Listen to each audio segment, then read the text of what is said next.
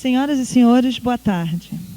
E bem-vindos à cerimônia de abertura do evento União Europeia-Brasil, Clima, Somos Todos Responsáveis. A União Europeia, a Prefeitura do Rio de Janeiro, a Fundação Planetário e a World Wide Foundation Brasil dão as boas-vindas a todos os participantes hoje aqui presentes. Agradecemos especialmente à Fundação Planetário e à sua equipe pelo trabalho realizado e por nos acolher nessa maravilhosa cúpula. Desde a última sexta-feira, o Planetário se transformou na sede da Semana do Clima, ilustrando a parceria e o compromisso da União Europeia, do Brasil e da WWF na conscientização sobre a importância das mudanças climáticas e a responsabilidade de cada um de nós para reduzir seus impactos sobre o nosso planeta. Hoje, para darmos início à Conferência Clima, Somos Todos Responsáveis, temos aqui presentes representantes do Governo Federal, do Governo do Estado do Rio de Janeiro, da Prefeitura do Rio de Janeiro, da União Europeia, embaixadores, consulados dos Estados-membros e da sociedade civil europeia e brasileira. Pedimos a gentileza que desliguem ou mantenham seus celulares em modo silencioso durante o evento. Senhoras e senhores, neste momento, daremos início à cerimônia de abertura da Conferência União Europeia-Brasil, Clima, Somos Todos Responsáveis. Gostaríamos de convidar para compor a mesa Sua Excelência, a Ministra do Meio Ambiente, Senhora Isabela Teixeira.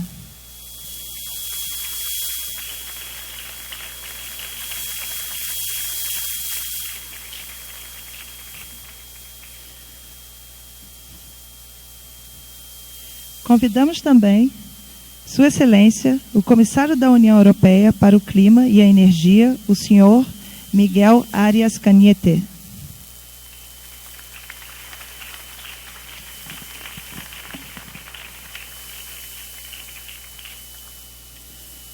Sua Excelência, o Embaixador e Chefe Negociador do Brasil para as Mudanças Climáticas, senhor José Antônio Marcondes de Carvalho.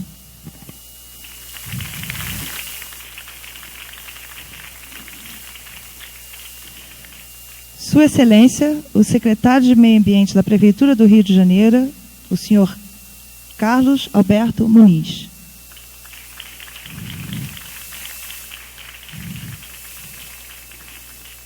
O ilustríssimo senhor Carlos Nomoto, secretário-geral da WWF Brasil.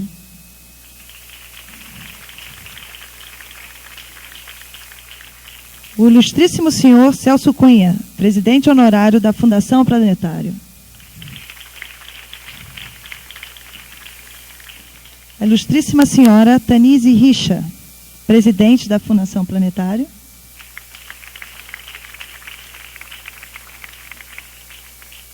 E, finalmente, gostaríamos de agradecer a todos os demais autoridades aqui presentes.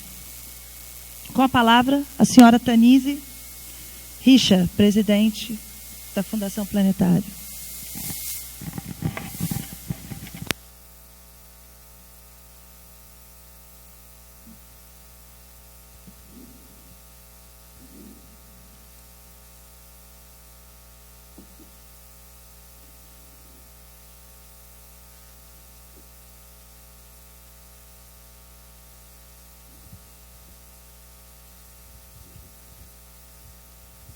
Boa tarde a todos.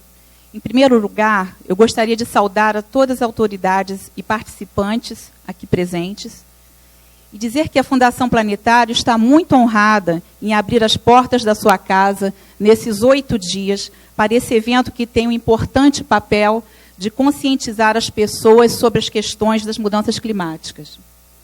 O objetivo principal da Fundação Planetário é a disseminação da astronomia e ciências afins, além da conscientização de crianças e adultos sobre o nosso planeta e seu lugar no universo. Então, foi de forma totalmente natural que nos entusiasmamos em montar esse evento em parceria com a União Europeia e a WWF do Brasil e proporcionar ao público conhecer e se envolver nas oficinas, palestras e demais atividades. A nossa intenção é que todos possam aprender um pouco mais sobre como é possível contribuir na preservação dos recursos do nosso planeta e ver que existem iniciativas e métodos muito fáceis e replicáveis de consumir e produzir de forma sustentável. Esperamos também que, através desse encontro, as pessoas entendam melhor os desafios que cada um de nós temos para reduzir o impacto das mudanças climáticas e conhecer melhor as oportunidades existentes para construirmos um mundo mais sustentável e responsável no cuidado dos seus recursos naturais. Juntos aprenderemos que, apesar das distâncias geográficas, os continentes podem sim se unir, já que somos todos responsáveis por cuidar do nosso planeta. Muito obrigada.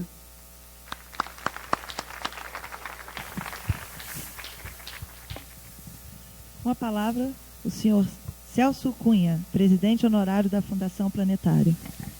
Vou pedir para apagar a luz rapidamente.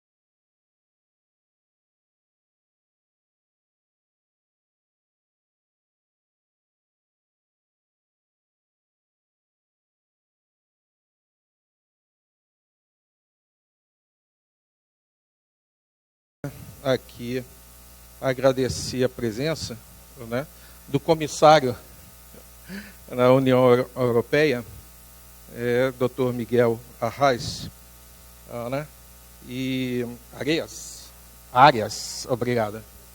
Arias. Bom, espanhol é péssimo. Gostaria de agradecer aqui a presença da minha amiga Isaura, representando o nosso governador, que está ali. Né? Muito obrigado pela sua presença, pelos muitos anos juntos aqui, que já construímos bastante coisa. Né? Queria agradecer a presença da Denise Amu, obrigado, representante da UPNUMA. Gostaria de agradecer meu parceiro e defensor na prefeitura, né? Nosso secretário de Meio Ambiente, Carlos Muniz. Gostaria de agradecer o Dr. Carlos Namoto, da WWF. E gostaria, se o nosso céu já puder funcionar, vamos ver um outro céu aqui, que também é uma data importante, que é a data... A gente consegue apagar a luz? Né? Não, esse aqui é o céu de Madrid, de quando o nosso comissário nasceu. Então essas estrelas estavam no céu nessa data. Né? Lá em Madrid, esse é o céu de Madrid. E vocês vejam que nós conseguimos ver o céu aqui ainda. Né? A poluição do nosso céu ainda não chegou dentro do planetário. Bom, por favor, gostaria de botar aqui o primeiro slide rapidamente. Né? Eu tenho 5 slidezinhos para mostrar muito rápidos. Não é esse, com certeza. Isso. Né? A nossa presidente, Tanise, me pediu para eu fazer um resumo muito rápido, né, do compromisso dessa instituição, né, com a questão ambiental. Né? Quem é essa instituição? Primeiro slide, por favor. O ponto aqui embaixo, infelizmente, não está funcionando. Próximo slide.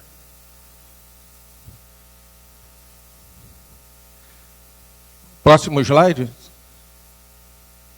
Não estamos conseguindo? Passar o slide? É isso? Será que eu vou ter que apelar para o Bill Gates quando ele lançou o Windows e não funcionou? É só um PowerPoint, gente. Eu acho que o rapaz foi tomar uma água, ele está com sede. Bom, eu acho que vai sem slide. Infelizmente, eu não vou poder mostrar um resultado do compromisso de uma instituição e do governo com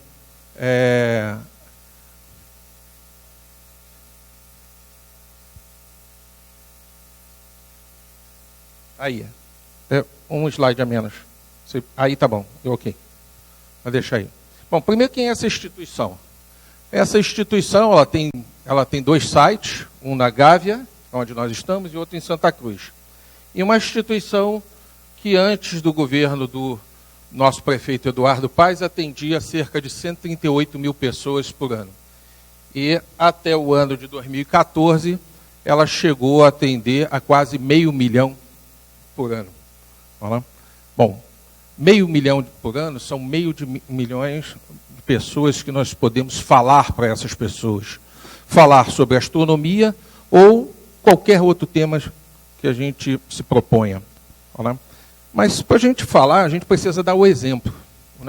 O exemplo começa na gestão. O próximo slide, em 10 segundos, sem querer falar demais, foi montado um modelo de gestão, onde a gente usa um balance scorecard tradicional, como a metodologia manda, mas ele tem uma grande diferença. Qual é a grande diferença?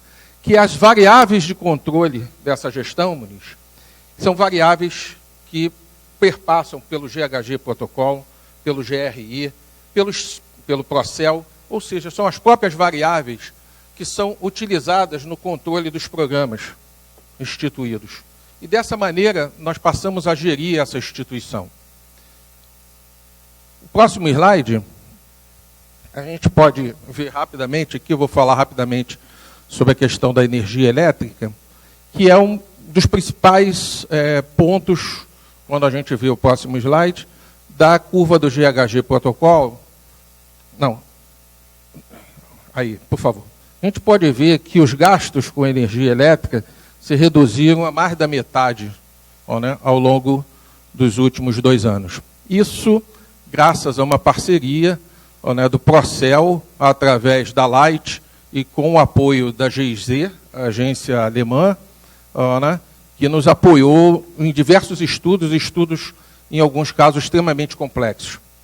No próximo slide, isso aqui é o resultado do inventário dos gases de efeito estufa, que a gente pode ver rapidamente que em 2012, o escopo 2, que basicamente a energia elétrica era de 56%, em 2013 caiu para 33%, e em 2014 para 14%. Ou seja, a nossa maior variável, nós conseguimos diretamente impactar no nosso inventário. No próximo slide, a gente trabalhou muito sobre o sistema de ar-condicionado, que era o principal elemento que gastava muita energia elétrica. Isso foi objeto, inclusive, de ganharmos o GHG protocolo no nível prata. E agora, no próximo slide, nós estamos na fase final, e aí a presidente tem o mérito aqui de poder estar anunciando nos próximos dias. A ANEEL já nos comunicou que essa casa está ganhando, na parceria com a GIZ e com a Light, o selo do Procel A, da classe A. Ou seja, estamos atingindo um outro patamar. Então, o que a gente está falando aqui esse tempo todo é sobre colocar as variáveis ambientais no processo de gestão. De forma natural, nós não estamos inventando nada. Está tudo aí. A única coisa que nós fazemos é utilizar elas para controlar o que nós temos que fazer, que é atender o público. Nós estamos com uma grande exposição, que vai inaugurar ano que vem, que fala sobre o sol, sobre várias questões, iluminação, e ressaltar principalmente no próximo slide, né, uma questão que é ligada àquele domus, quando a gente entra aqui no museu, que a gente olha ali aquele museu e a gente pode ver um domus de vidro. Aquele domus de vidro foi desenvolvido com a GIZ e com a Light, um projeto. Nós estamos trocando para painéis solares. Esses painéis são capazes de alimentar 100% do consumo da nave escola, que é parte da exposição que está ali. Né? E vocês podem ver uma curva térmica que tem ali, uma fotografia térmica, né? Que a temperatura interna do ambiente lá fora é de 25 graus no nosso museu, e fora do museu ela chega a 75 graus em abril. Né? Então, isso é um volume enorme de carga térmica que estamos tirando do nosso ambiente. Né? Bom, próximo, para a gente encerrar, né? Eu queria só, com essas poucas palavras, poucas apresentações, nessa fala, né, dizer que qualquer gestão, de qualquer tamanho, ela é capaz de fazer e contribuir para que a gente minimize os problemas da mudança climática. Basta que a gente tenha compromisso, né, durante o nosso processo de gestão com isso. Uma outra questão que eu queria encerrar falando, é que quando a gente viu aquela curva do GHG Protocol, aquele gráfico lá atrás, a nossa maior variável agora, Muniz, é o transporte. É transporte de funcionário que mais pesa para vir para cá. E com o projeto que o Muniz vai poder estar falando sobre a questão das bicicletas, toda a questão do BRT, todo o transporte público que está sendo feito na cidade, sem sombra de dúvida, isso vai impactar naquela curva. E 2015 cobre da nova presidente, né, esse gráfico bonito, mostrando que a gente, efetivamente, a cidade melhorou. Bom, muito obrigado a todos pela presença e vamos fazer a nossa parte que vai dar certo.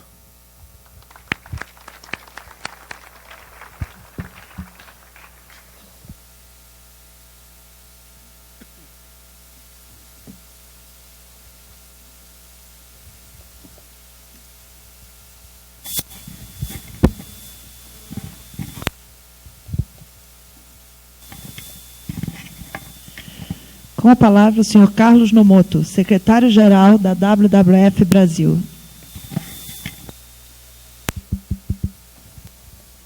Sim, ok. Boa tarde a todos. Quero agradecer aqui a presença de todos vocês, também as autoridades aqui da mesa, a liderança do planetário. Eu queria começar lendo um trecho de um livro da Naomi Klein. Em português seria Isso Muda Tudo, Capitalismo versus o Clima. E nesse trecho, que eu poderia dar a página e capítulo, mas livro eletrônico não tem página. Está mudando muito o mundo. Diz ela, mudanças climáticas não têm recebido o tratamento de uma gestão de uma crise. Apesar de todas as recomendações dos cientistas para que as emissões de gases de efeito estufa se reduzam, parece que está sendo tratado em termo global. Parece que mudanças climáticas têm sido tratado como algo que pode ser postergado indefinidamente. O que fazer? Uma alternativa seria o poder das massas, de pessoas normais, como eu e você. Alguns exemplos. Escravidão não era uma crise, até que a sociedade decidiu que ela se tornasse uma crise. Discriminação racial também não era uma crise, até que os movimentos de sociedade civil decidiram que deveria se tornar uma crise. Discriminação de gênero não era uma crise, até que os movimentos da sociedade fizeram com que se tornasse uma. Apartheid também não era uma crise, até que os movimentos anti-apartheid fizerem com que se tornasse uma. Da mesma forma, deveríamos nós, como sociedade, tornar as mudanças climáticas como um movimento social e ser tratado como uma crise. Deixando Naomi Klein um pouquinho de lado, nos últimos meses nós tivemos picos históricos de temperatura. Quem imaginava que durante a primavera algumas cidades no Brasil chegaram a 37 graus Celsius e aqui no Rio de Janeiro, durante a primavera, nós já batemos 40 graus Celsius. As análises mostram que nós estamos no caminho de um aquecimento global médio de mais de 3 graus Celsius até o final do século. Mas nós não estamos aqui para discutir o problema, mas sim trazer soluções, discutir e criar ideias, mostrar o que é possível fazer. E que tem muita solução disponível a ser apresentada, que vai ajudar na melhoria da qualidade de vida das pessoas. 2 palavras chamam nossa atenção. A primeira, a palavra disruptivo, que do inglês é o disruptive, tem se tornado comum. Romper, pensar fora da caixa. Nós que somos uma organização ambiental, temos esse desafio também de romper, de pensar fora da caixa. As soluções, os programas que nós criamos ao longo dos anos tiveram um efeito muito positivo.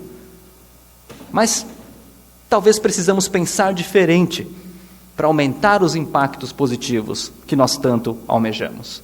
No WWF, nós constituímos um programa, há mais de 10 anos atrás, que se chama ARPA, que é o maior programa de preservação de florestas tropicais do mundo e que hoje, sob a gestão do Ministério do Meio Ambiente, vem avançando e vem entregando os seus impactos. Também produzimos um estudo onde prova que, se apenas mudasse o uso das termoelétricas e direcionássemos para um plano utilizando energia solar, teríamos de pelo menos uma economia de 150 bilhões de reais em 20 anos, além dos demais benefícios econômicos, sociais e ambientais. Mas também outra palavra que nós gostamos muito, que é compartilhar. E para atingir resultados estruturantes, nós precisamos agir em conjunto, de forma compartilhada, e estamos aqui na mesa com alguns parceiros históricos. Um deles é o Ministério do Meio Ambiente, que promoveu avanços importantes na condução da agenda climática, desde o Plano Nacional de Mudanças Climáticas, a Política Nacional, os planos setoriais de mitigação, o Plano Nacional de Adaptação que, somados à significativa redução do desmatamento nos últimos anos e a divulgação de metas absolutas do INDC, colocam certamente o Brasil na vanguarda do movimento climático no mundo. Também temos aqui a União Europeia, que historicamente apoia o Brasil em diversas frentes, incluindo conosco, junto ao WWF, no programa de madeira legal. Nós esperamos aumentar esse trabalho em conjunto e que este evento seja mais um passo nessa parceria, rumo a um futuro de baixo carbono. O mundo anseia pelas soluções.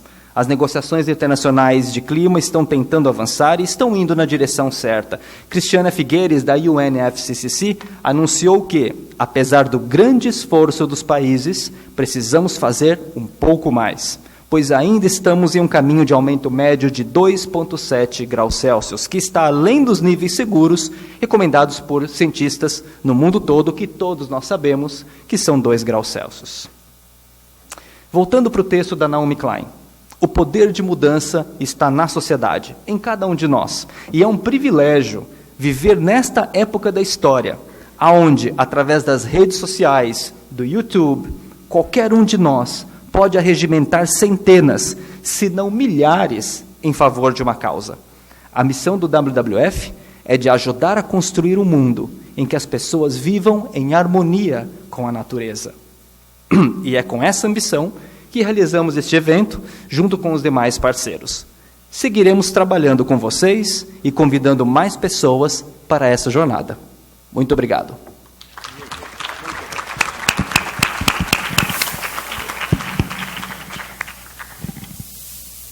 Com a palavra, o senhor Carlos Alberto Muniz, secretário do Meio Ambiente da Prefeitura do Rio de Janeiro. Boa tarde a todos. Senhoras e senhores, quero saudar os meus parceiros da mesa, saudando a nossa presidente do planetário e a nossa carioca, que nasceu em Brasília, nossa secretária-ministra de Meio Ambiente, Isabela Teixeira. Eu, inicialmente, quero dar as boas-vindas, em nome do prefeito Eduardo Paes, a todos os companheiros e companheiras que ocorreram a esse encontro, aos nossos cidadãos aqui da cidade do Rio de Janeiro, que estão compartilhando conosco as transformações em curso, mas, em particular, a todos aqueles que nos visitam hoje, principalmente os membros da Comunidade Europeia, da União Europeia, que, com participação tão importante nos fóruns internacionais e nos exemplos que vem cada governo executando em seus respectivos países, tem sido uma bússola muito positiva e tenho certeza que ressoará de novo na COP21 para que nós consigamos, de fato, avançarmos e chegarmos a uma posição que sirva principalmente aos países como o Brasil e toda a América Latina, para que tenhamos o equilíbrio necessário para lograrmos um futuro promissor para os nossos filhos, netos, e termos o equilíbrio de vida necessário. Aqui na cidade do Rio de Janeiro, nós estamos procurando fazer a nossa parte.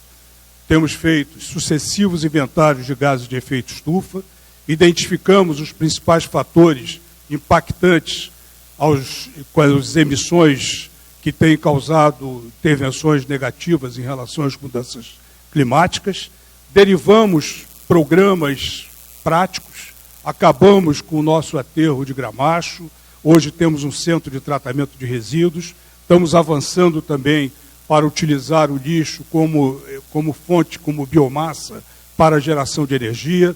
Nós fizemos um audacioso programa de mobilidade urbana, em que os senhores que vivem aqui são testemunhas, estão inclusive vivendo os impactos decorrentes da aplicação desse grande programa. Temos feito também um trabalho de reforma urbana na cidade do Rio de Janeiro.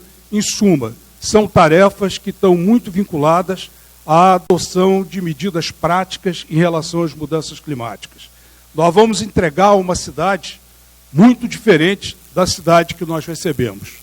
Isso não é simplesmente pela audácia do nosso prefeito Eduardo Paes, mas é fundamentalmente por sabermos gerir uma conjuntura muito positiva, que foi o fato da cidade ter adquirido a possibilidade de realizar as Olimpíadas em 2016 e ter contado, desde o primeiro momento, com uma parceria inestimável, que foi a junção entre o governo do Estado, o governo federal e a Prefeitura do Rio, para que nós, de braço dado, conseguíssemos realizar o programa que temos realizado até agora.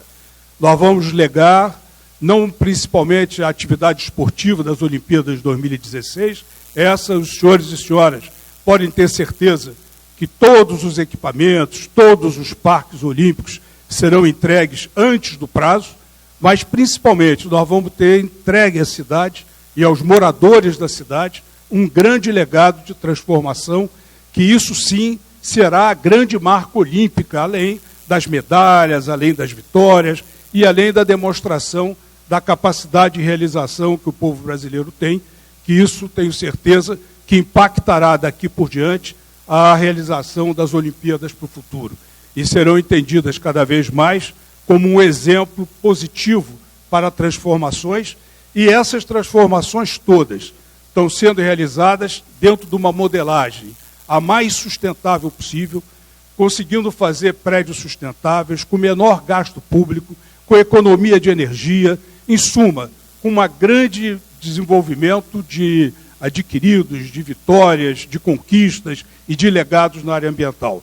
Então, eu gostaria de convidá-los também, principalmente os parceiros desse encontro, para, em 2016, estarem presentes e vivendo conosco esse momento, e também desejar sucesso no desdobramento desse trabalho. Muito obrigado pela oportunidade.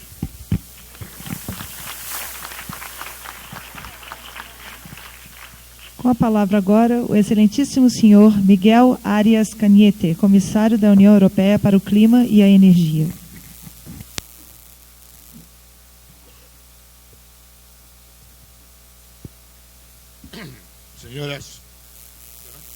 Señoras y señores,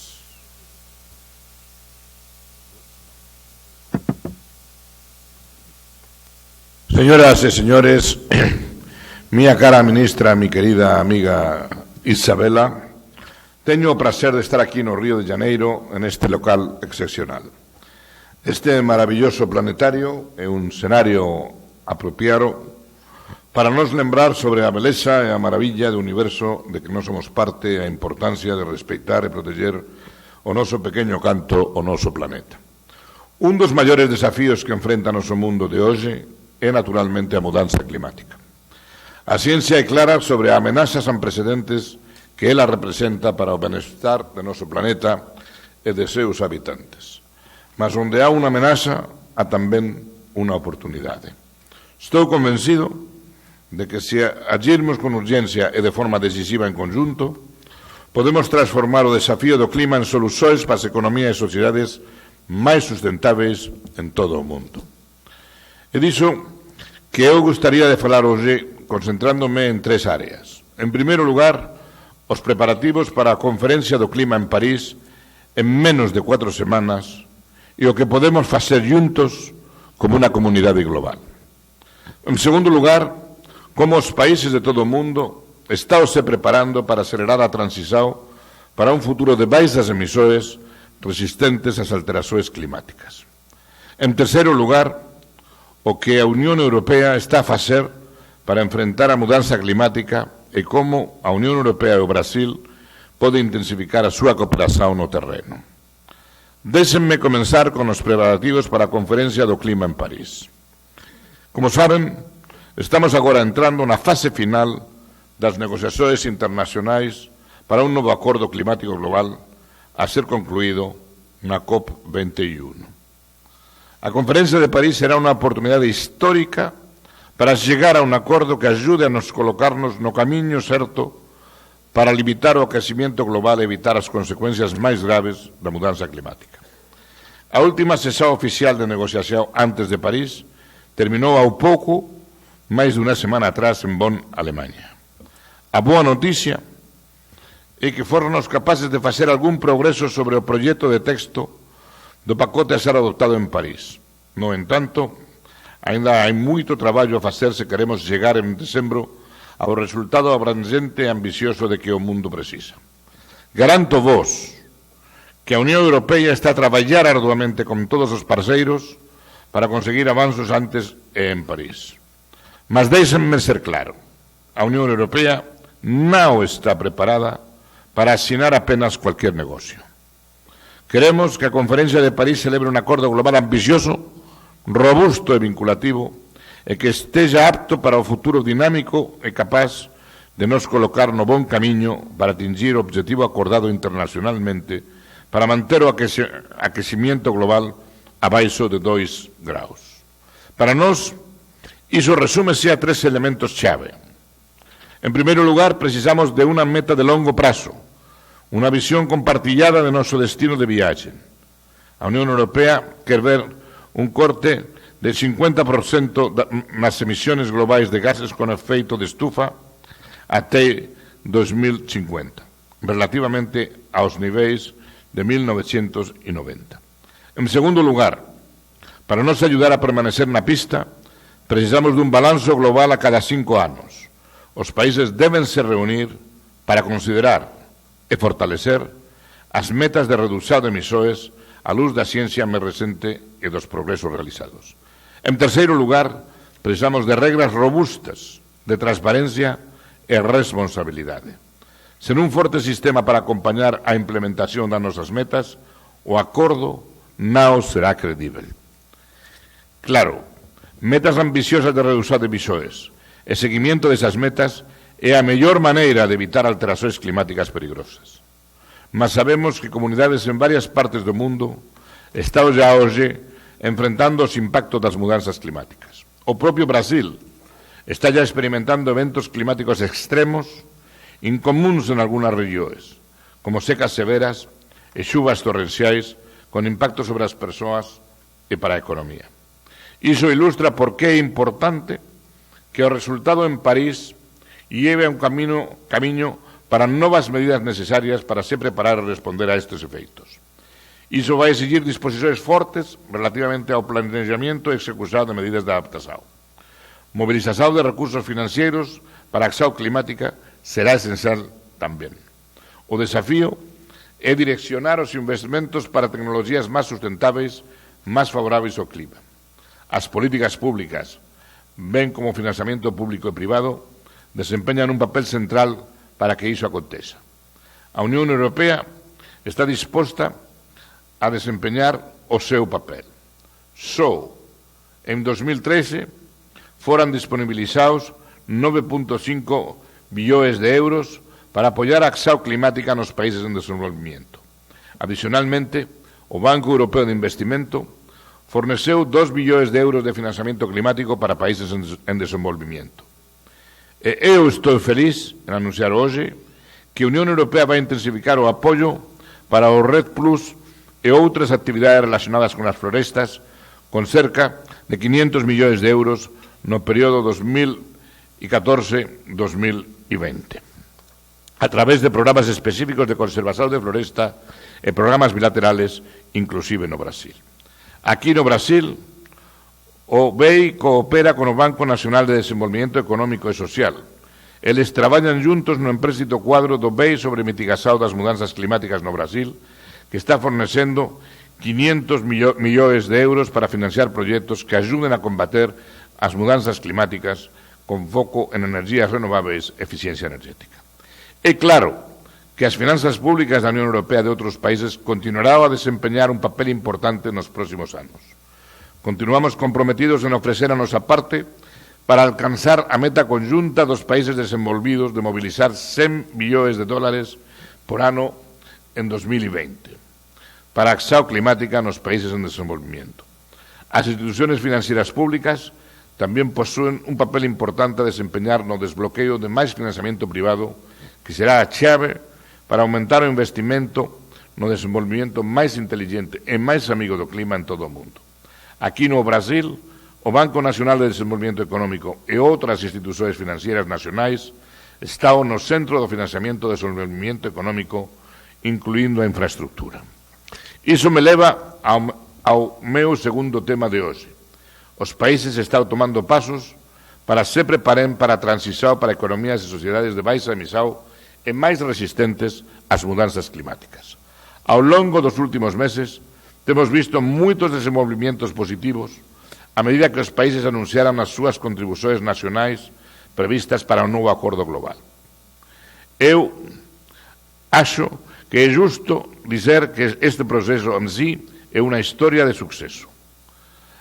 Até esa data, máis de 150 países, representando máis de 90% das emisións globais, anunciarán as súas contribucións previstas para a redução de emisións UNDCs.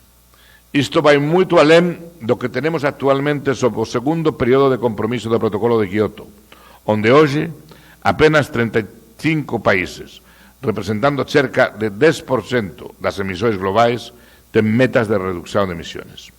Entao, nos estamos determinando unha grande mudanza de acción por algúns a acción por todos. Neste contexto, tive o prazer de ver o Brasil a presentar o seu compromiso de reducción de emisións no mes pasado. Sendo un país clave na rexión, o Brasil dá un importante contributo para o esforzo colectivo. Congratúlame con iso, o Brasil é a primeira grande economía emergente con metas de reducción absoluta das emisións.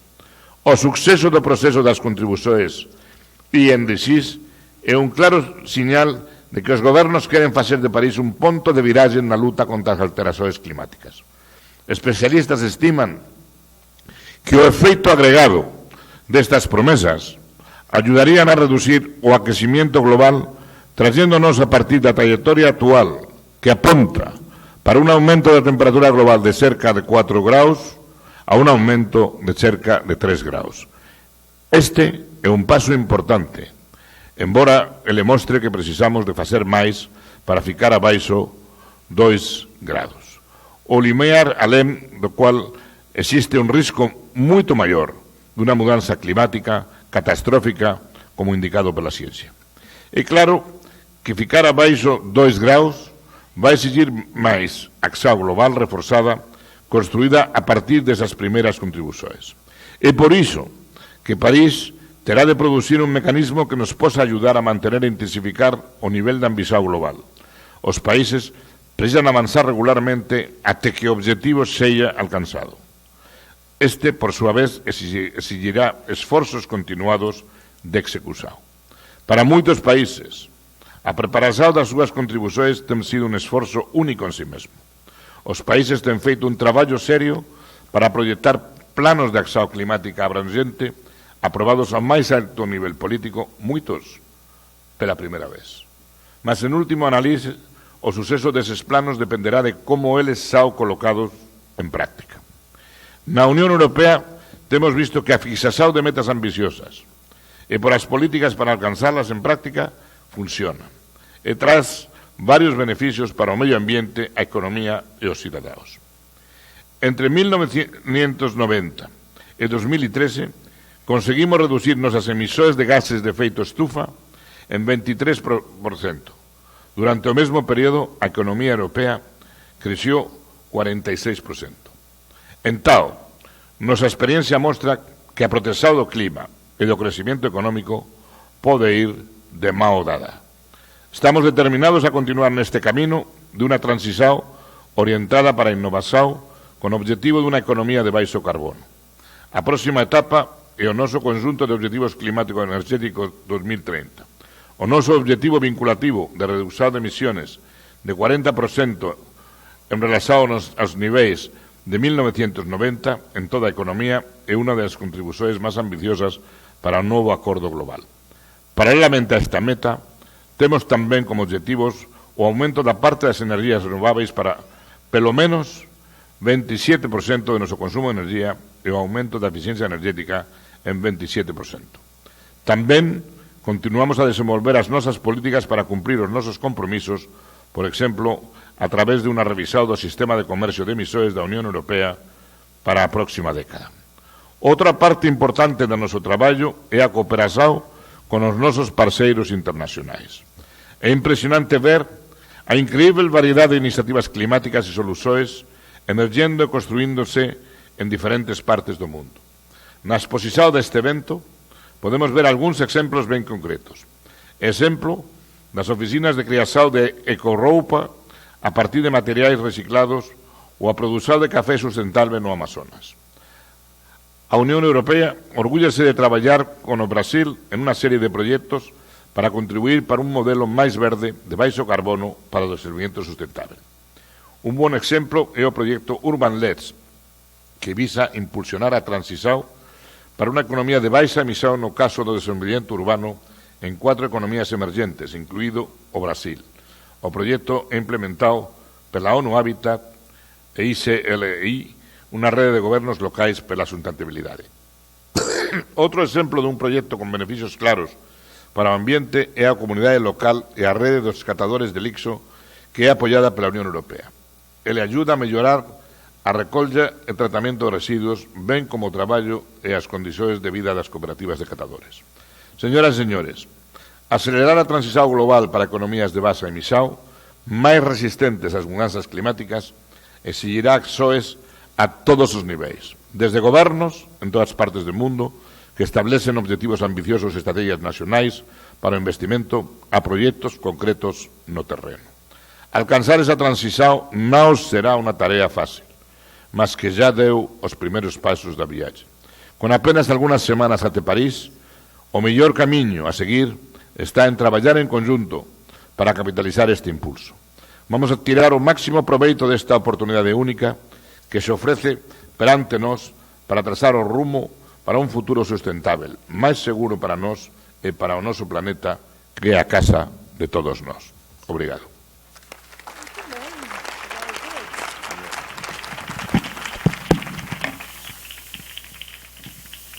Com a palavra, excelentíssima senhora Isabela Teixeira, ministra do Meio Ambiente.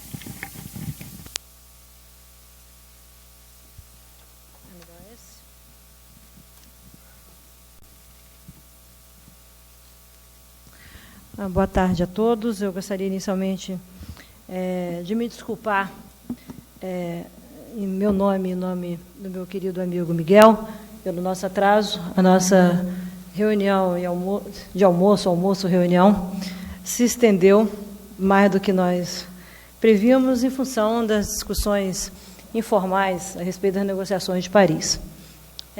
Como Miguel é um querido amigo, nós também fazemos uso, talvez de maneira muito exagerada, da nossa informalidade. E, obviamente, conversamos sobre todos os aspectos envolvendo a negociação e, mais do que isso, a cooperação do diálogo entre nós dois e o compromisso do Brasil e da União Europeia para que Paris seja bem-sucedida, não só em termos de um acordo ambicioso, justo, inclusivo, durável, legalmente vinculante, enfim, todas as expressões que nós fazemos uso na chamada linguagem formal de negociação, mas, fundamentalmente, porque nós dois temos consciência, representando os nossos países, respectivamente, da importância do Acordo de Paris. E não só a importância no âmbito da Convenção de Clima, mas naquilo que significa o avanço das políticas de desenvolvimento sustentável no planeta. Miguel tem uma longa tradição também na área de energia, na área de agricultura, meio ambiente, e no seu testemunho pessoal, a gente sabe, é possível ver a história dos últimos anos da evolução das políticas públicas, particularmente a questão de desenvolvimento sustentável e de proteção ambiental na Europa. No Brasil, a mesma coisa, tem muita coisa em jogo, além do jargão tradicional, das questões tradicionais de clima, né? O que Paris significa é uma ambição para um novo rumo de desenvolvimento no mundo, formando, certamente, a partir daquilo que os diplomatas gostam de fazer uso da expressão, uma discussão estratégica sobre a geopolítica do desenvolvimento sustentável no planeta. É disso que se trata, Paris. Nós estamos falando de desenvolvimento, nós estamos falando de geração de empregos, nós estamos falando de crescimento econômico, nós estamos falando das relações comerciais, os novos mercados e, fundamentalmente, os custos dos dinheiros, as oportunidades de desenvolvimento e, obviamente, as oportunidades de parceria e de cooperação. Tudo isso está em Paris. E, muitas vezes, eu confesso que fico decepcionada com algumas observações ou críticas que algumas pessoas fazem em relação ao processo de mudança do clima sem terem o domínio sequer das discussões de mudança do clima. Mudança do clima não é trivial. Os cálculos de carbono não são triviais. É de uma complexidade absoluta. Eu lido com isso há mais de 10 anos e até hoje tem determinados momentos que eu sinto dúvida e pergunto aos universitários, que são cientistas, que, obviamente, têm posições também que não são convergentes. O conhecimento da mudança do clima é um conhecimento em desenvolvimento, mas, claramente, o IPCC, do ponto de vista de arranjo, acho que Miguel concorda com isso, do ponto de vista de arranjo, para tomar a decisão, é algo absolutamente bem-sucedido na concepção de um órgão científico que formula e dialoga com policymakers no mundo inteiro. E talvez seja aí a primeira mensagem da importância de Paris. Questões de desenvolvimento sustentável, questões da área ambiental, questões da área sociais, sendo formuladas, meu caro Muniz, numa linguagem que os tomadores de decisão no planeta estão sendo obrigados a estar envolvidos nisso. E isso não é trivial de ser feito, e tudo num contexto de fortalecimento do multilateralismo, que é absoluto. O resultado de Paris é reforçar, ou ampliar, ou modernizar, ou dizer da importância das decisões globais, onde todas as nações têm o mesmo poder de tomar a decisão. Que isso? E todo mundo que acompanha as negociações sabe que se uma nação, um grupo de países resolver bloquear, não tem decisão por consenso, temos na mesa o fracasso de uma conferência. Então, não é trivial o que está colocado na mesa, nós sabemos disso, estávamos combinando chegar mais cedo e permanecer toda a conferência, diferentemente do que ano passado, somente a gente se encontra no chamado segmento de alto nível, segmento ministerial, e hoje nós estaremos em Paris, os ministros todos estarão junto com os nossos negociadores, estou aqui na presença do embaixador Marcondes Carvalho, que é o nosso negociador-chefe, tá, pelo Itamaraty, e ele, talvez pela primeira vez, os negociadores contarão com seus políticos, com seus líderes políticos juntos, buscando construir consenso, diálogo e facilitação. O caminho é cheio de nuances, não é trivial, não vou explicar aqui, porque nem mesmo a gente se surpreende até hoje. Né? Nos encontramos nessa conferência, nesse processo preparatório de Paris várias vezes, tivemos várias conversas abertas, e sempre tivemos reciprocamente, uma completa fala de confiança entre Brasil e União Europeia e vice-versa. Inclusive nas dificuldades que nós temos, às vezes, de convergir.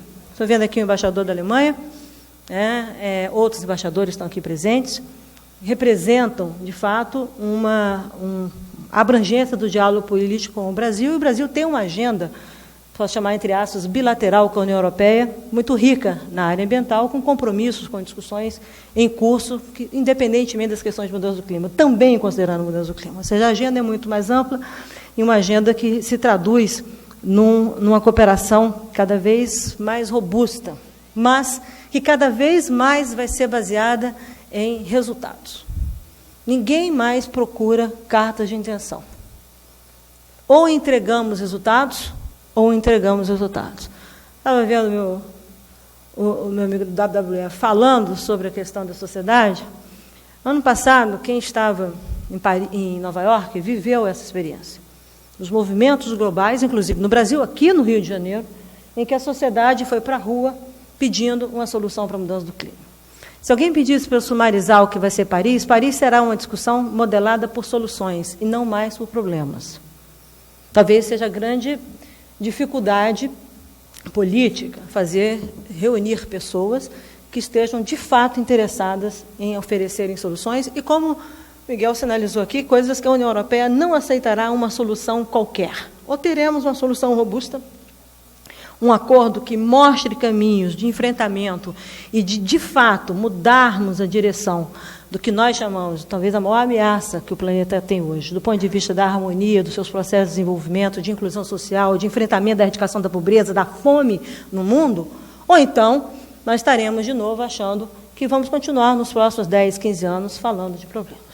O Brasil foi claro em relação a isso. O Brasil, ao apresentar a sua NDC, apresentou uma NDC na trajetória do que ele está fazendo, de maneira voluntária, mas em caráter compulsório nacionalmente, respeitando a Convenção do Clima, tá? Mas dizendo efetivamente que nós queremos trilhar uma transição para uma economia de baixo carbono, assumindo os compromissos de Economy Wide. Tá? E isso não foi trivial de ser construído, né? Porque tem muita gente nesse país, inclusive pessoas que dão declaração públicas a favor do enfrentamento de mudança do clima, muita gente que diz que está fazendo, etc., etc., mas que, como o assunto de clima acontece daqui a 30, 40 anos, isso não é comigo. E na hora de vamos ver como é que é politicamente falando, não assumem compromissos. Isso é muito verdadeiro. E não só no Brasil, não, em todos os países do mundo. Tá? Em todos os países do mundo, desenvolvidos e em desenvolvimento. Todos têm dificuldades nacionais. Se a gente olhar o Brasil, um país com mais de 5.600 municípios, com desigualdades regionais e locais imensas. Eu não preciso ir ao Nordeste brasileiro para ver pobreza, eu vou aqui na Baixada Fluminense e vejo. Vou aqui. Tá? Na Cidade Olímpica, no entorno da Cidade Olímpica, eu tenho problemas graves. E o que o próprio prefeito teve que enfrentar para resolver questões em relação às questões de ocupação, que retratam a desigualdade de ocupação da cidade, mostrando essas assimetrias e essas injustiças que estão aqui na nossa frente. Na nossa frente. E que não são triviais serem solucionadas e que muitas vezes requerem soluções de 20, 30, 40 anos. Esse compromisso de médio prazo e longo prazo, muitas vezes não é tangível para os tomadores de decisão que têm uma visão política de curto prazo. Convencê-los de que é preciso fazer para que possa fazer a diferença, a qualidade de vida, a qualidade do nosso desenvolvimento daqui a 20 anos, também não é tarefa trivial. E o Brasil fez essa construção na sua NDC. O Brasil apresentou a sua NDC baseada em todas as recomendações técnico-científicas. Todas. Inclusive, não só da Convenção, como do IPCC. Fomos o único país do mundo que apresentou um NDC não só na métrica de GWP, que é o potencial de aquecimento de radiação, mas na métrica de temperatura. Se estamos discutindo e concordamos que deve estar explicitamente no Acordo de Paris os 2 graus, eu subscrevo a sua preocupação, de que tem que estar explícito que o compromisso é esse. E que, se as NDCs apresentadas não preenchem ainda esse compromisso, teremos que perseguir os caminhos para fazê-lo. Porque a ciência sinaliza isso. Agora, para fazer isso, é bom que os países apresentem as suas visões de redução de emissões também em GTP, conforme o IPCC, no seu último relatório, apresentou. E o Brasil foi o único país do mundo que o fez. E o fez em GWP, em intensidade de CO2 por PIB e em GTP. Nós usamos todas as métricas, com toda a transparência. E ainda tem gente que veio acusar que o Brasil estava escondendo o jogo. Não escondendo jogo nenhum. Tem uma meta em 2030 de redução de 43% das emissões de toda a economia do país. Eu prefiro centrar no como nós vamos fazer isso. O debate não é mais sobre o problema, o debate é como trilhar e efetivamente, independentemente das condições de Paris, o Brasil implementa isso como trajetória de desenvolvimento. Porque nós o fizemos sem condicionar recursos internacionais. Tem vários países que estão tirando, e muita gente aqui aplaudindo, que sensacional, e as pessoas condicionam as suas metas a recursos internacionais. Grandes emissores. Grandes emissores. Não estou falando dos pobres, não. Estou falando de gente que, inclusive, tem país que apresentou gás que não é monitorado pela Convenção. E ninguém denuncia. Ao contrário, tira fotografia. Ou a gente para com isso. Eu não estou discutindo que a realidade nacional de A, de B, de C não seja importante. Eu respeito a minha realidade nacional tem desafios imensos. Imensos. Agora, eu não posso não respeitar a Convenção.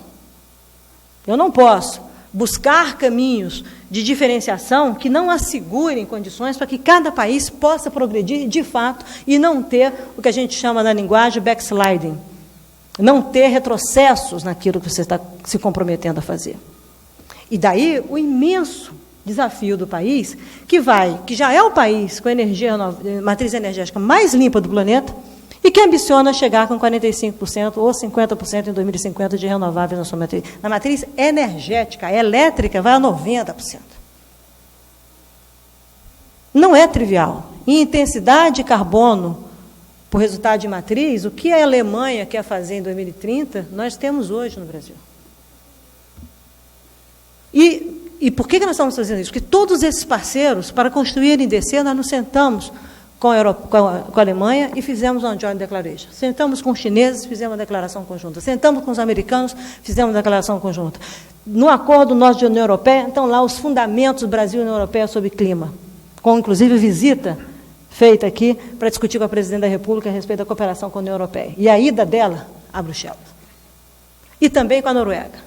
Tudo isso foi cuidadosamente colocado, explicitado, discutido, ampliado, e ainda tem gente falando assim, não, porque o Brasil só vai acabar o desmatamento em 2030. Não é, está escrito que é até 2030. Se me derem as condições políticas dos estados da Amazônia e todos os estados do país, todos, sem exceção, derem transparência das suas decisões sobre supressão de vegetação, eu acabo o desmatamento em 2020. Agora, eu não assumo o compromisso em nome do meu país para depois o Brasil ficar se justificando internacionalmente por que ele não cumpriu. Me deem as condições. Eu tenho estado na Amazônia que tem mais crédito florestal que todas as florestas existentes no território. Isso é fraude. E as pessoas querem que a gente assuma jogando para a plateia. Não jogamos para a plateia. Jogamos concretamente para realizar os resultados. Restaurar 34 milhões de hectares não é trivial. É metade da França. Desenvolver uma economia florestal com base disso não é trivial. A única vez que o Brasil tentou fazer isso foi na década de 70 com o antigo IBDF. E você sabe disso, que não é trivial, que você vem do setor privado. Fazer os arranjos de financing para convencer o setor privado a estar conosco, considerando o risco de investimento no Brasil, não é de curto prazo, não. Condições climáticas, desigualdades regionais, qualidade de mão de obra, transferência tecnológica, não se constrói da noite para o dia. E, no entanto, a coalizão Clima, Floresta e Agricultura, com os empresários, com os cientistas, todos se formaram falando, vamos fazer junto. Todos vieram à minha sala para discutir. Queriam 20 milhões. A gente colocou 12 milhões de hectares conservadoramente, porque eu falei, olha, me deem as variáveis. Sentamos com o ministro da Fazenda para dizer quais são as variáveis. Sentei com os empresários começaram a me apresentar matriz de risco. Eu não entendo nada disso, de custo do dinheiro. Eu falava, meu Deus, a taxa de retorno. Eu falei, dancei. Era isso que eu falava, o que eu faço aqui? Aí chamo os cientistas, cada um me gera um modelo matemático. Os cientistas brasileiros colocaram o fim do desmatamento no Brasil em 2040. Tá? E a gente rodando os modelos matemáticos, eu tenho uma sala ao lado da minha sala, que chama Bate-Caverna. Ficaram todos trancados lá dentro durante 9 meses para produzir os números. Todos com consistência técnica e científica. E anda gente dizer que a gente está... Foi lá fora dizendo, em alguns países, que nós estamos enrolando. Não tem nada de enrolar. Nós adotamos, sim, na nossa contribuição, as áreas protegidas. Sabe por quê? Porque o programa Áreas Protegidas do Brasil, ARPA, é o maior programa do mundo em áreas protegidas, foi feito pelo governo brasileiro em 2002. Não foi nem no governo, foi no governo do presidente Fernando Henrique. Nós aprimoramos isso, o WWF entrou o Banco Mundial, entrou o Fumbio, a Alemanha é parceira conosco, outros países são parceiros conosco, na doação com o Fundo Áreas Protegidas. E não é só, não. Se eu tenho metade da Amazônia protegida, com terra indígena e mais unidade de conservação, essa é uma política que eu fixo o carbono. Eu estou fixando o carbono. Supostamente, isso não vai lá para cima. E quando sobe o carbono, eu não sei se ele é legal ou ilegal, ele sobe. Subiu, eu tenho que capturar. Não é isso, embaixador? Eu tenho que agarrar esse carbono. Eu sou uma tarada do carbono, não pode sair daqui. Que é isso que nós temos que fazer. Todo mundo desesperado. E aí começa a falar, não, o Brasil tem uma regra de uso do território. Tem uma lei chamada Código Florestal que todo mundo odiava. Agora todo mundo pede o compliance. Todo mundo aplaude. Agora quem foi enfrentar e fazer o pacto político foi o governo. Quando ninguém queria fazer. Todos queriam ficar, não toca, ou dá a solução para colocar proteção e produção juntos, ou não se constrói desenvolvimento sustentável em lugar nenhum. Ou se aprende a ouvir o que as pessoas demandam e constrói solução com todos, ou então não se muda a trajetória. Continuaria. O Código Florestal Antigo do Brasil não impediu que o Brasil tivesse 27 mil quilômetros de desmatamento. A maior taxa da história. E foi com o velho Código Florestal.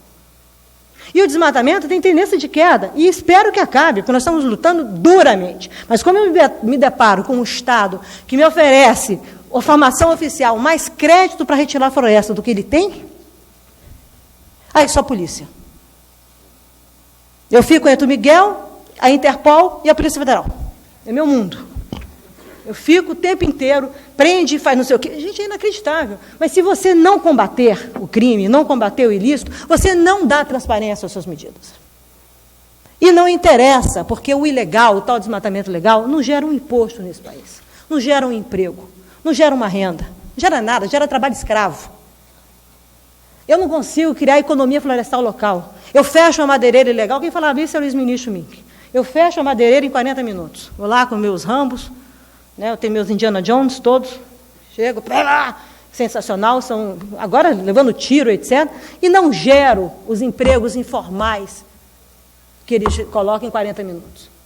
Vamos ver a miséria que as pessoas vivem.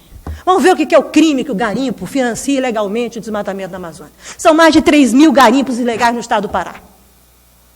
E não é competência do governo federal regularizar isso. É do Estado. Por essa razão, no outro acabou de vídeo comigo, de Londres, do Amazon Day. Acabamos de fazer o Amazon Day lá, que foi sensacional. O Brasil discutiu como nós vamos viabilizar as coisas.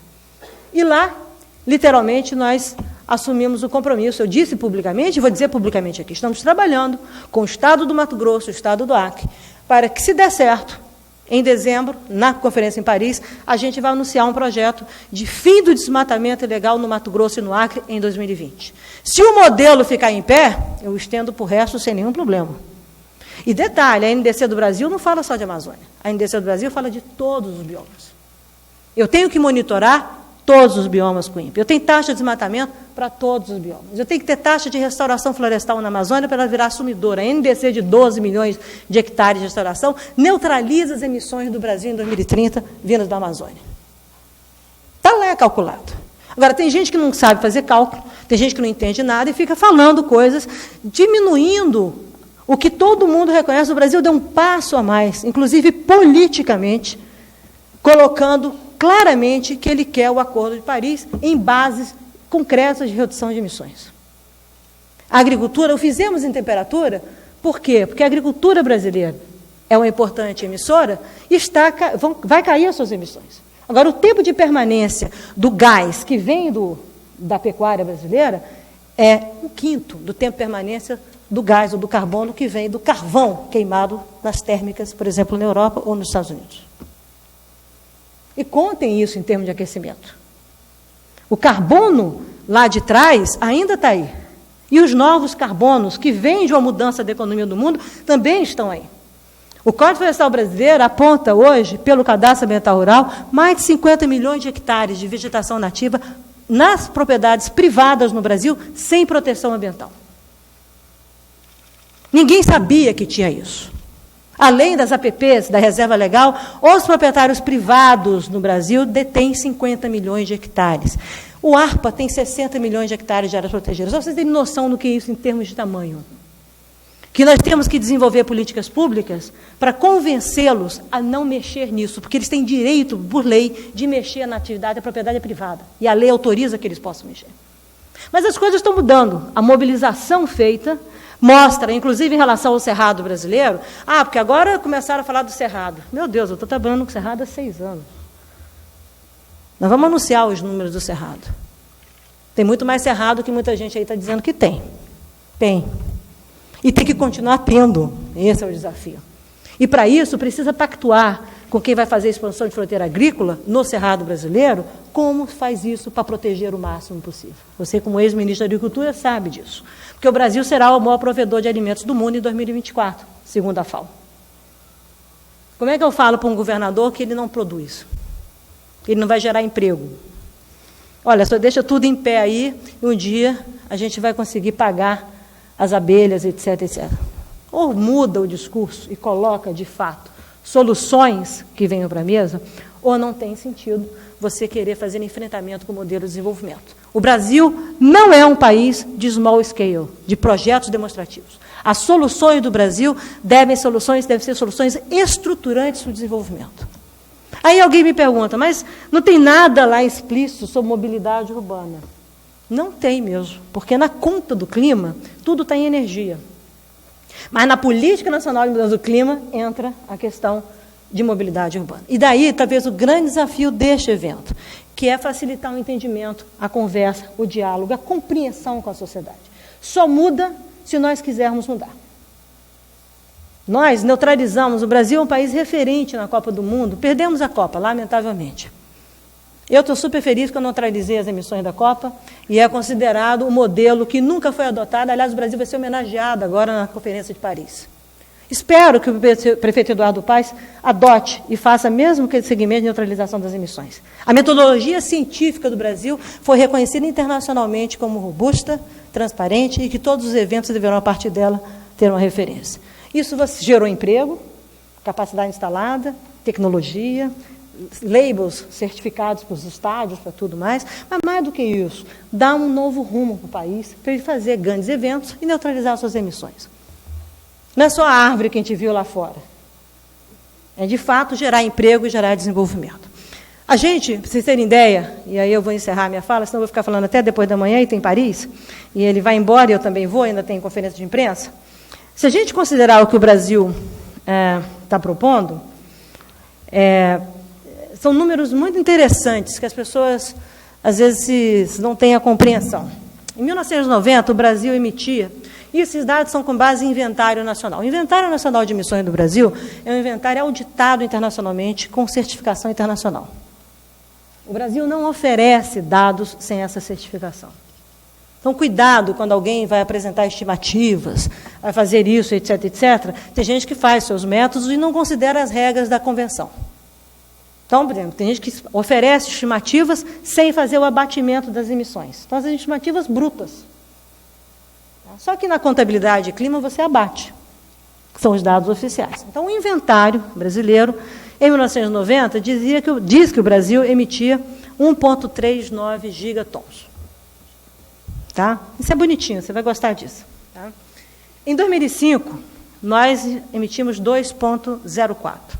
2,1, vou arredondar. Em 2012, com base em estimativas de emissões, porque o terceiro inventário brasileiro não foi publicado ainda, segundo o MSTTI, nós emitimos 1,2. Nós saímos de 2,1 para 1,2. Tá? Basicamente, por conta do combate ao combate ao desmatamento ilegal. O desmatamento brasileiro, o desmatamento da Amazônia, tinha no perfil de emissões do Brasil 57% das emissões em 2005. Hoje são 15% das emissões do Brasil. Tá? Muito bem, aí vamos. E por que 2005? 2005 é o ano de referência da Política Nacional do Brasil, depois de Copenhague, aprovada em lei. É uma lei que tem no Brasil. Aí vamos para 2025. Apresentamos, então, a nossa NDC de 2025. E eu estou falando em GWP, que é a linguagem que todos os países colocaram. nós vamos a 1,3. E em 2030 nós chegamos a 1,2. O país é o único país do mundo que em 40 anos vai aumentar a população, crescer, desenvolver e ter menos emissão do que era em 1990. Construir isso não é trivial, mas essa é a ambição do Brasil explicada por um número mais fácil de ser entendido. Se for em clima e GTP, se nós estamos reduzindo em GWP 37% em 2025 e 43% em 2030, que é a maior meta do mundo, é o país mais ambicioso. Obviamente que a União Europeia tem ambição, mas são 28 países. Então, olhar um país individualmente, embora seja um continente, concordo, tá? Ter 43% de redução de emissões, a mais do que nós estamos fazendo hoje, de 36% a 38% das reduções de emissões na política voluntária do Brasil. Se for em temperatura, em 2025 a gente reduz 43%, em 2030, 52%. Tá? Essas são as métricas do Brasil, todas publicadas. O desafio para a gente, Miguel, tem 3 situações. Primeiro, sem sombra de dúvida, o acordo de país é essencial para essas novas trajetórias, então o Brasil estará, junto com a União Europeia, com todos os outros parceiros, buscando o acordo, buscando as soluções, e acho que atuando muito como um facilitador, tá? A gente usa a linguagem de bridge, né? Uma ponte de negociação, de interlocução, e a União Europeia tem esse papel estratégico nas negociações de clima. Acho que tem um segundo desafio, que é saber, uma vez dado o acordo, como caminhamos daqui para frente, num período de transição, e naquilo que a gente chama no jargão de diferenciação. Os países têm que fazer mais, tem outros que têm que fazer muito mais. A convenção é estratégica para isso, e nós deveremos saber discutir isto. Teremos que saber propor e entender as dificuldades políticas de cada um, porque não é fácil fazer um acordo com mais de 190 países, todos concordando e todos pactuando. Claro que tem a discussão de clima, claro que tem a questão de dinheiro, tem a questão de meios de implementação, que a gente chama do jargão, isso é essencial, tem a questão de mercado de carbono, revisão a cada 5 anos, isso eu não acho que terá dificuldade. Sinceramente falando, do meu ponto de vista pessoal, eu acho que a gente tem caminhos para avançar. E aí, talvez, evitar algumas armadilhas, que é o chamado repassar a conta. Como eu transfiro a minha responsabilidade para você. É a hora de todo mundo tentar construir um caminho, que as NDCs ofereceram isso. Concordo com você. Temos um outro momento político, do ponto de vista global, do que diz respeito à questão das NDCs. Todos os países apresentaram uma intenção, o que KP2, Protocolo de Kyoto 2, não foi capaz de fazê-lo. Acabou ao contrário, os países saindo do compromisso. Tá? E o terceiro desafio que eu acho que o pessoal do Brasil é, de fato, viabilizar um processo de preparação, de governança do clima no Brasil para estarmos prontos em 2020. São 2 tracks, são 2 caminhos distintos. Cumprir a política até 2020, 3.925 km² é o meta de desmatamento na Amazônia. Eu nunca houve, olha, isso eu posso assegurar a vocês, mesmo com a crise econômica, os problemas do país, não há um corte feito à fiscalização de recursos, à fiscalização do IBAMA, mas eu preciso do engajamento dos Estados. Ou os Estados entram, de fato, para serem transparentes, ou então, porque a lei, em 2006, passou a competência para eles. Estou vendo aqui a subsecretária de Meio Ambiente do Estado, ela sabe disso. A necessidade de fortalecimento dos órgãos ambientais e da capacidade dos órgãos ambientais estaduais trabalharem a questão de supressão de vegetação com toda a transparência. Não é trivial de ser feito. Nós estamos fazendo o maior inventário de florestas do planeta, que é o inventário do Brasil. Os recursos estão colocados. Nós estamos fazendo o Fundo Amazônia, tem mais cooperação com a Alemanha. A visita da chanceler Merkel sinalizou esses caminhos, não só em doação, mas também em empréstimos para energias renováveis, etc. A União Europeia, o idem, com mais de 900 milhões em cooperação nos próximos anos com o Brasil, lato sensu.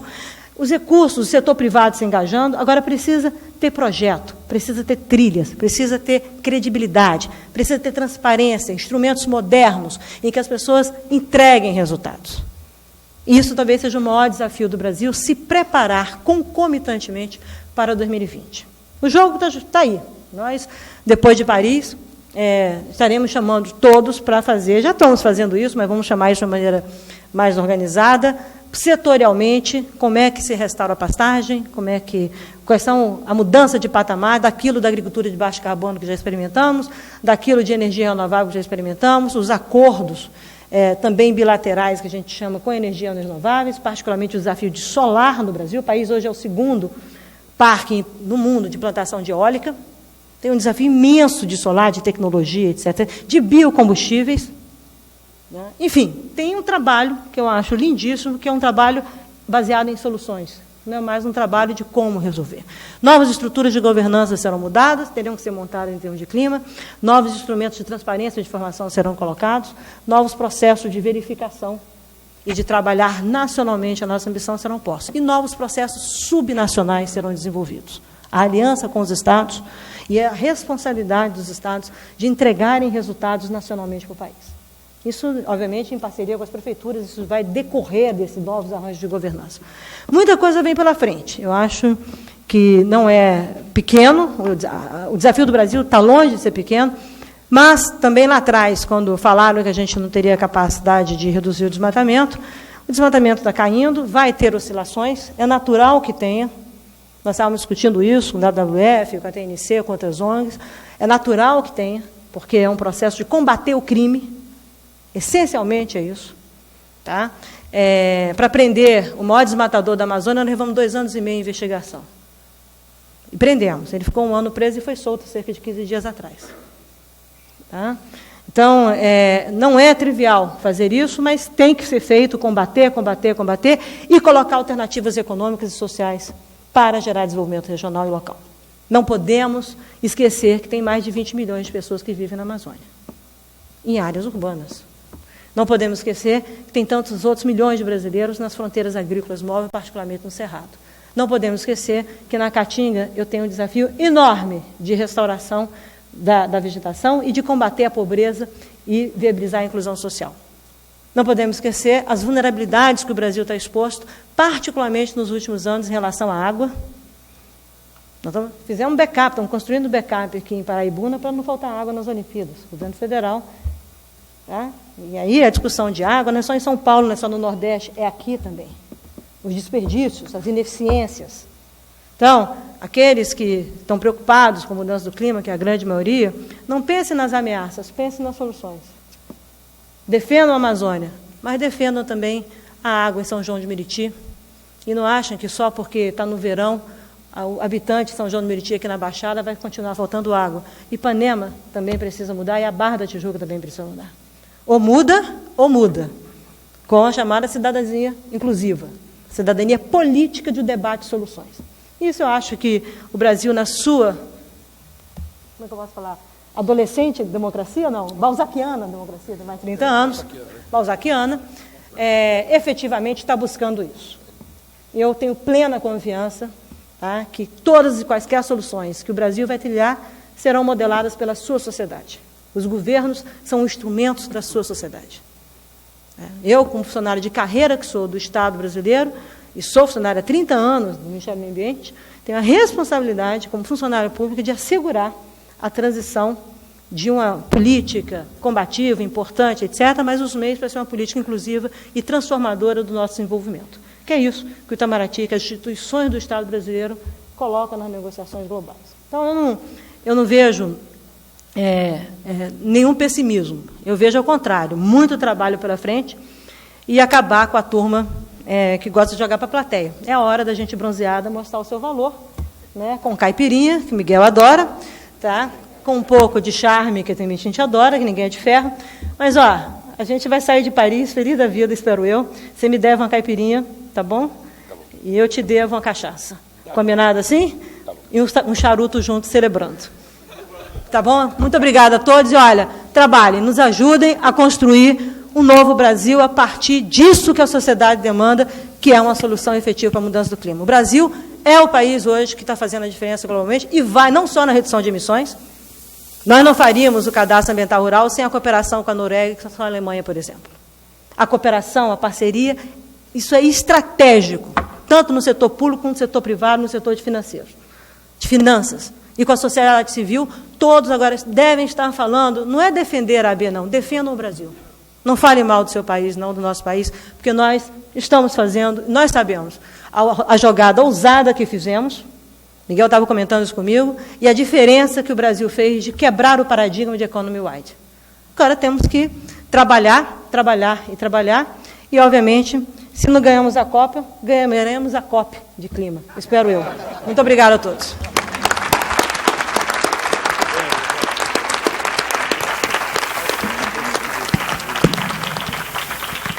Gostaríamos de agradecer a presença de todos e declaramos aberta a Conferência Internacional da União Europeia Brasil Clima, somos todos responsáveis. A última informação, a coletiva de imprensa terá lugar no auditório do primeiro andar.